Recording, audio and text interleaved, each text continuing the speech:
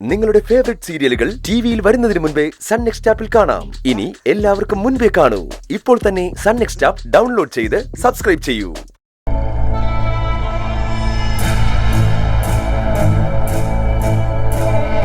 എവിടെ പോയതാ? നിന്നെ ദഹിപ്പിക്കാൻ പറ്റിയ ശ്മശാനം വല്ലതും ഉണ്ടോന്ന് അന്വേഷിക്കാൻ പോയതാ. എന്തേ? നീ നിന്റെ മറ്റവനും കൂടി ഒരുമിച്ച് വിചാരിച്ചാൽ പോലും അത് നടക്കാൻ പോകുന്നില്ല. എന്നെ പൂട്ടാൻ നീ കുറച്ച് പ്രയാസപ്പെടും. ആ പ്രയാസമേ ഞാൻ അങ്ങ് സഹിക്കും. ഒരു നല്ല കാര്യത്തിന് വേണ്ടിയല്ലേ. എന്ത് ബുദ്ധിമുട്ട് വന്നാലും ഞാൻ അതൊരു ക്രെഡിറ്റ് ആയിട്ട് അങ്ങ് എടുക്കും. ഇത്രയും കാലം അടുത്ത് നിന്നിട്ടും എന്നെ നിനക്ക് മനസ്സായിരുന്നു ആലോചിക്കുമ്പോഴാ വിഷമം. ഞാനേ ഒരു കരിമ്പൂച്ച, ബ്ലാക്ക് ക്യാറ്റ്. എങ്ങനെ വീണാലും 4 കാലിലേ വീഴും. ഈ പൂച്ചയെ പിടിക്കുന്ന ഒരു പ്രത്യേക തരം വല ഇറങ്ങിയിട്ടുണ്ട് കേട്ടോ. അതാ നിന്നെ വീഴ്ത്താൻ ഞങ്ങൾ വിരിക്കാൻ പോകുന്നത്.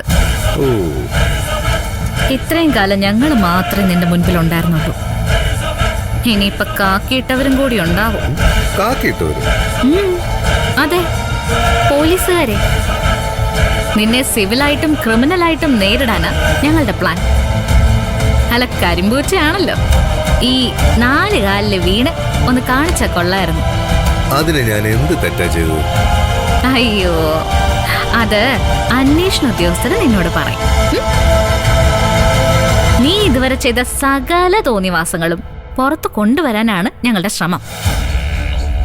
അത് വിജയിച്ചാ നിനക്ക് പിന്നെ സർക്കാർ ചെലവില് താമസിക്കാം. സെൻട്രൽ ജയിലായിരിക്കും ഉദ്ദേശിച്ചത്. ഷെടാ, മനസ്സിലാക്കി കളഞ്ഞല്ലോ. സന്തോഷം.